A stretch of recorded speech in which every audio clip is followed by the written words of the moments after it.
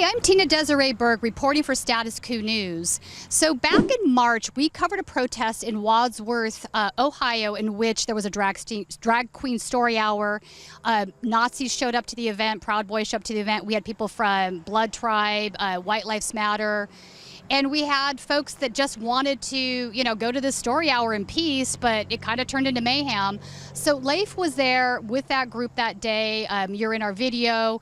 You were acting as a volunteer escort to sort of keep people safe, walking through this maelstrom on their way into the drag queen.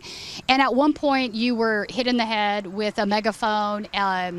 And you deployed some pepper spray to scare some folks off after some of this violence came out. So we wanted to, interview today. We're out here in Ohio. We wanted to talk to you about where you're at with that, where the case is, and things like that. Yeah, so at this time, I'm currently awaiting trial. I'm preparing with my attorney to go to trial. The date we have right now is October 11. Assuming everything goes according to plan and the prosecution furnishes us with all of the discovery that we've asked for, that should be when those proceedings begin. The prosecution has an incredibly weak case. They've got footage of me escorting some children and their families out of the event. The reason I ask this is the district attorney there in Wadsworth now has decided to charge you with a misdemeanor assault. And it seems to me that you were assaulted first by one of these guys in a situation that already had gone too far, that this was already happening. The police should have, in my opinion, kept these guys separated and at bay. But you basically pepper sprayed some folks that were getting violent, and now you're being charged with misdemeanor assault, but they are not, is my understanding. Is that correct? Yeah, that's correct. I'm charged with 3 misdemeanor counts of assault, 1 for the guy who hit me, 1 for the son of the guy who tried to hit me, and a 3rd for the fella who runs around dressed like a crusader. They've got footage of me getting hit first by some crazy fucker with a megaphone. They've got footage of me using only exactly as much force as I needed to end the encounter. And for some reason, well, we know the reason, they decided to charge me with assault instead. I was frankly happy to let the matter rest, because I felt like those guys got their just desserts, and I didn't think it was worth pressing charges and dragging it out into a court of law. But they clearly thought differently, so I'm excited to go to trial with them. The real interesting thing about the charges, too, is that it says specifically in the summons and in the formal charges that I did assault them with intent to cause harm, which is absolutely absurd. I acted with the intent to defend myself and the people behind me. I had no duty to retreat under the law, and frankly no ability to retreat because there was a child right behind me who I might very well have trampled if I had tried to backtrack.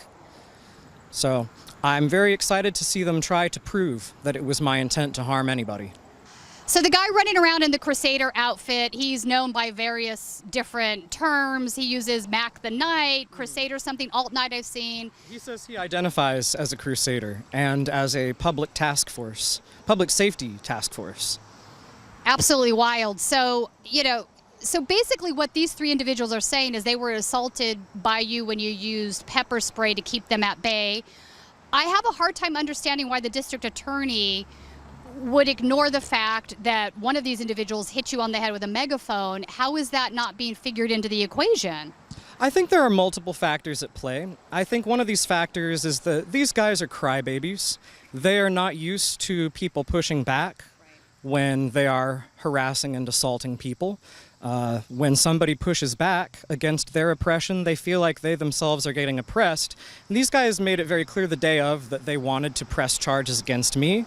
I personally stated that I didn't see a need to press charges because I felt that they had already received their just desserts, and I didn't think that the situation would benefit anybody to be drawn out in a court of law. I guess they felt differently. Right, so initially, I mean, it's been many months now, so they took some time to come to this decision because they didn't do it initially. My understanding from speaking with your attorney was that when your attorney brought up the fact that you had been assaulted by this individual first, that she didn't seem to care that that was the case, and that she was also aware that that was the case. Is that true? Yeah, so the prosecutor to my understanding, made it very clear that, despite having the same footage of the same event, they don't see it the same way.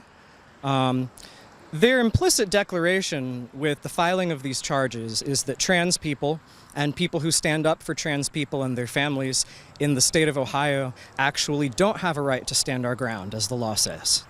Right. You know what? Let's talk about that for a second. So Ohio is a stand your ground state, meaning that you are allowed, not even with bear mace, pepper spray, any of these things, also with lethal firearms, right? You're allowed to protect yourself, have a right to self-defense if you are feeling scared, right? So why is it that that sort of viewpoint isn't being applied by the prosecutor in this scenario?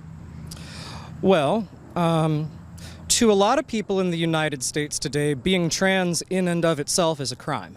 The people who showed up that day to protest the event and the people who went out of their way to call me a groomer and a pedophile and to hit me in the head over all of it, they are aware of that and they want to take advantage of that. They see trans people as second-class citizens, and they've been very clear about the fact that they want trans people eradicated from public life.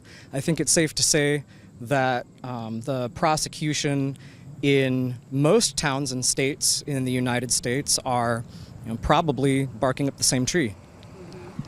So let me talk a little bit about how this all came to be in the first place. So this Drag Queen Story Hour was planned in advance. I think they were selling tickets, doing some flyering for it.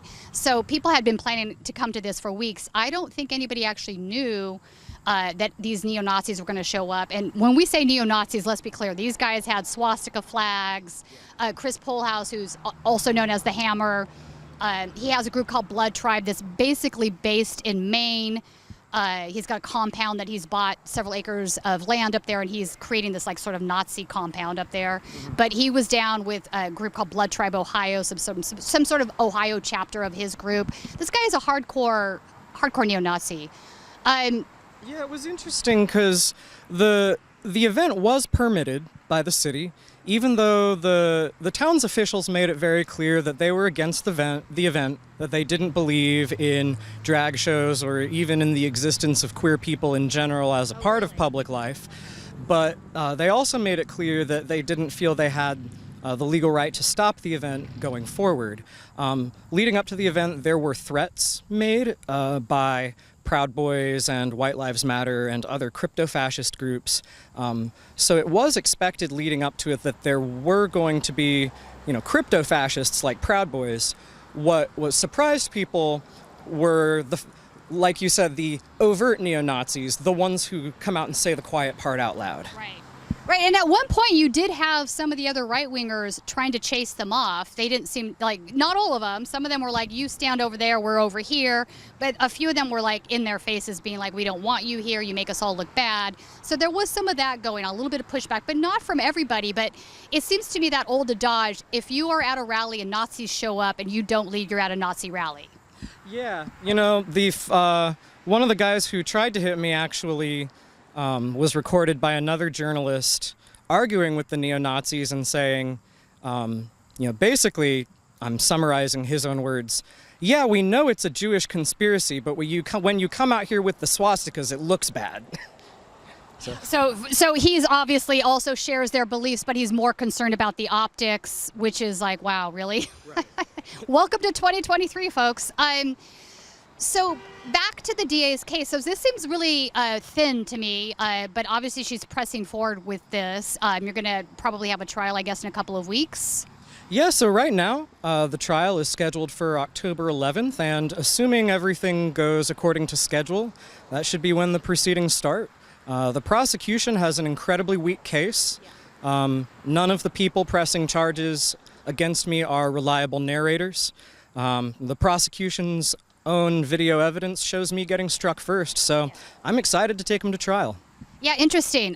So I want to speak more broadly right now about what's happening in the country as far as right-wing extremism, trans rights, drag shows. This has become a really big thing in the last year and a half, and it's growing. I see a lot of the rhetoric coming out of this group being more normalized and accepted by what, quote unquote normie right-wing folks, Right. which is kind of frightening. But the other area that they're really looking at are school boards, and there's been a lot of activism from their side focused on going after school boards, trying to push out any reasonable school board members. We've seen fights break out at school board meetings. A lot of these individuals that are doing this don't have children in the districts of these schools.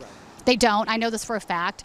We have a group that's running around California. None of them have children in these school districts, but they are, many of them are Proud Boys, Lexit members, other groups, literally causing chaos and violence. And they are deeply anti-Semitic and deeply homophobic. I think that's a really clear thing. You hear them saying these things.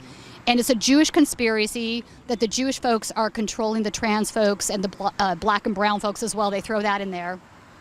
Yeah, I've heard all kinds of nonsense like that.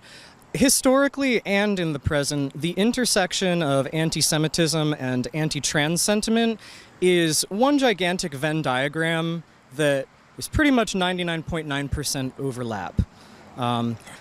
Not everybody who espouses anti-trans rhetoric is necessarily consciously aware of that, but when you talk to individuals high up in these organizations about why this is, supposedly important to persecute trans people in our society, the reasons that they cite, claiming that the trans agenda is to make young women infertile and that the trans agenda is to take good masculine men and turn them into feminized soy boys. This is all ancient rhetoric going all the way back to the Roman Empire, all the way back to the Third Reich. They're just recycling it for the modern day. These claims that trans people are grooming children or that drag queens are grooming children, it's basically just blood libel for idiots with Twitter. Yeah, that's exactly what it is. But it's wild to me because I didn't see this coming until it got here. Like last year, all of a sudden, I started to see these protests at drag shows, and I'm like, that's really weird, because most of the time, drag shows are very funny and entertaining. It's dress up. It's not sexualized at all. Like, who's sexualizing this? Well, they are, obviously. But if you're the kind of man who can't distinguish between the performance of femininity versus an assumed solicitation of sex, then of course all drag is sexual. A lot of these individuals, the ones who have been sincerely duped into believing that this is some kind of child grooming agenda, these are people who don't understand that for someone who's assigned male at birth to dress in women's clothing is not inherently sexual. These are individuals who are, some of them, so inherently aroused by the idea of gender bending and, have internalized so much hatred and self-hatred about that they can't distinguish between an adult drag burlesque versus a drag show for children where somebody is dressed as a fairy godmother reading a story about Cinderella. Right. I mean, I've been to these things and I've watched them, and there's absolutely nothing sexual about any of it. And at the same time, truly, the Dallas Cowboys cheerleaders are far more sexualized than anything I've ever seen at a drag show, and they're perfectly fine with that sort of thing. So I think obviously this is rooted in a deeper hatred of just gay folks, trans folks. That's just where it's coming from. It's absolutely rooted in hatred, and it's rooted in a knee-jerk reaction to what they perceive as a threat to their position at the top of society. Trans people, gay people being out here living our best lives threatens their existence because to them, their existence is predicated on the preservation and enforcement of power. If they don't have that power, if they can't enforce that power on the people in society that they see as beneath them, then, they feel like they're being oppressed and there's some transgender conspiracy to push gender ideology onto their children. Right. But it's not about the children. It's not. If they really were concerned about children being terrorized, they wouldn't have traumatized the children who I was trying to escort in and out of a really innocuous rock and roll themed story show. Right. And in fact, on our video on Status Coup, we had comments from some of the attendees there that had kids there, and they said the only time that their kids were afraid was when they were walking into the venue and they were afraid of these individuals that were harassing and screaming at them. That was what was scaring them, which seems obvious to me that that would be the case. Right. These individuals who claim to be there for the children, in the act of trying to save the children, as they say, they didn't seem to be able to distinguish between the adults they claim to hate and the children who they claim to be saving. Yeah, we had one little snippet of video that I actually found incredibly disturbing that Jon Farina had shot that day, where one of the individuals is I think the son of one of the individuals that is pressing charges against you, this kid, maybe 12, 13, I believe he was, he said some incredibly hateful and homophobic things that you clearly knew this had been fed to him by his parents. There's no way a 12-year-old would innately come up with some stuff like this. Like, it was really disturbing to see this. Right. And the mom is standing next to the kid and basically saying, we don't want you to brainwash our children. And I'm thinking to myself, what's going on here? Yeah, there was some strange cognitive dissonance going on in that family, and I'm not quite sure what all was happening there. But it was very clear that that this child, the 12-year-old who I allegedly assaulted, he was very clearly following in his father's image and trying to emulate and please his father. Yeah. It was very clear that the mother and father both were egging him on to provoke. They were deliberately egging him on to provoke adults. They were, tapping him on the shoulder, pointing out adults they wanted him to go mess with. And I could see this child pocket checking something in the way that one kind of pocket checks a firearm or, a similar kind of sidearm. So the kid is running around screaming all kinds of slurs at people. At one point, he ran up to me and called me a faggot and told me to shove my baton up my ass and hang myself. I have heard just about everything under the sun from adult bigots, but I have never heard hate like that spewed from a little child in my life. And truthfully, I feel terrible for that little boy. Yeah, no, I do too. I mean, I cringed at some of the stuff that I heard in John's video that this kid said, because you just know that this is not organically coming from this 12-year-old, and you're just like, man, these parents, I just want to what are you doing to your kid, right? So that's part of it, and the fact that they're saying he wasn't assaulted by you, that's ridiculous. Did he get some leftover pepper spray fly to him? Is that what they're saying the assault is? That's a real good question. It sure didn't look like that to me. According to all the video that I have seen, it sure seems like he was A-okay. I can't comment on that. I just think it's an awful shame that his parents decided to take him out there and, groom him to act out in violence and hatred. Yeah. I don't disagree. So what would your message be to broader America right now? I think we are in a very precarious position right now in the country. We have increasing levels of extremism. I don't think that's a controversial statement. This is dangerous, especially in a state like Ohio that is open carry. Let me say this. I think recently we are seeing more guns at protests. I don't think that this is strictly a right-wing thing at this point. I think left-wing people are also now purchasing guns because they have fear. That is absolutely right. That is absolutely right. And the trend towards gun purchase in the left wing really cannot be compared to the trend towards gun purchase on the right wing. When we see right-wing gun purchasers, they, demographically speaking, tend to trend towards middle to upper income range and tend to purchase large numbers of firearms for ownership in a single home.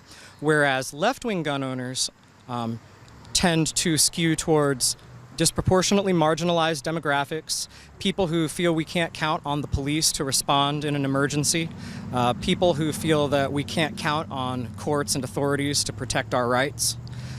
In the state of Ohio, it is absolutely legal for us to arm ourselves with modern, tactically useful arms and armor.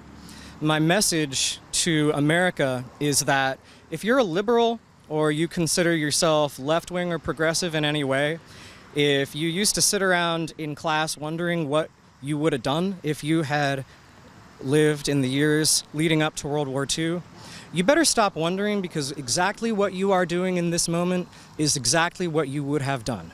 These are the Weimar years of the Republic of the United States of America. It is time to get over your personal hang-ups about firearms and start acting to arm yourself, to legally, rightfully defend yourself and your marginalized family members. Trans people in particular, my message for you is that cis people are not going to rise up and save you. Be they Marxists, anarchists, progressive social democrats, no matter what ideology they espouse, trans people are the only people who are going to protect trans people at the end of the day. Trans people have the same rights as everybody else to own and practice with modern firearms and body armor. This is not a call for trans people to rise up. This is not a call for any kind of violence or insurrection. This is a call for trans people to recognize their own individual and collective humanity and to protect ourselves and each other both as individuals and as a community. Your life matters, and nobody is going to fight for it like your own damn self. There's two different rhetorics that come out, right? So the right wing is like calling on insurrection, Oath Keepers, whoever else. They're like, we have to overturn the government because the government is tyranny now. It's no longer doing your best interest. That is their rhetoric, and it is violent, and they are calling for people to get guns to do exactly that.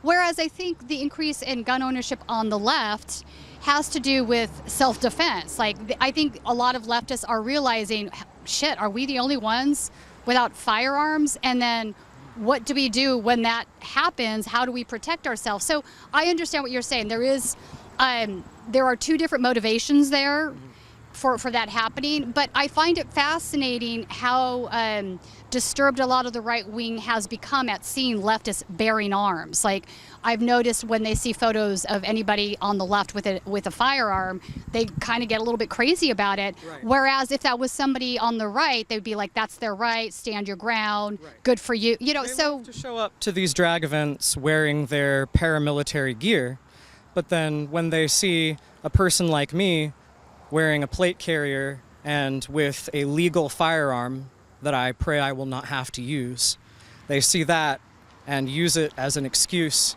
to target us.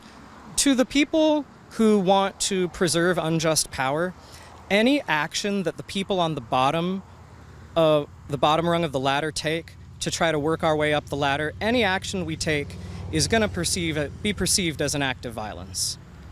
Fundamentally, our society has a big problem with how we choose to define violence. The word in itself implies a violation, right?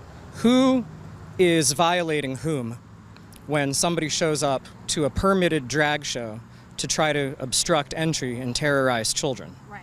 You know, instead of just letting them be. Right. Yeah. If you hit somebody in the head with a megaphone and they push back and you don't like it, you know, who has committed the act of violence?